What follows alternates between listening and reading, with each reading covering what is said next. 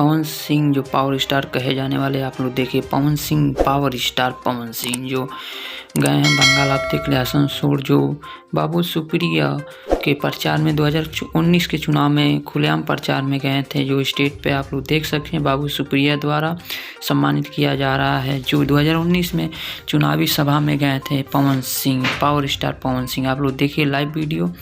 आखिर में ऐसा क्या हुआ कि पवन सिंह के विपक्ष में हो गए बाबू सुप्रिया 2024 के चुनाव में। जो गानों के लेकर विवाद चल रहा है, जो चुनावी माहौल ख़राब हो चुका है। आप लोग देखिए बाबू सुप्रिया आखिर में 2019 के चुनाव में प्रचार में पवन सिंह पहुंचे थे, जो सम्मानित किया गया। जो पवन सिंह को बखूबी प्यार, आशीर्वाद और दुलार सब मिला। लेकिन 2024 के चुनाव के माहौल में बाबू सुप्रिया ने गाने को लेकर पवन सिंह पर आपत्ति जताई है। आखिर में ऐसा क्या राज है जो चुनावी रंजिश चल रही है, जो पवन सिंह के गाने को लेकर रंजिश चल रही है, जो पवन सिंह पावर स्टार कहे जाने वाले पवन सिंह को लिए लाइक ज़रूर करिए।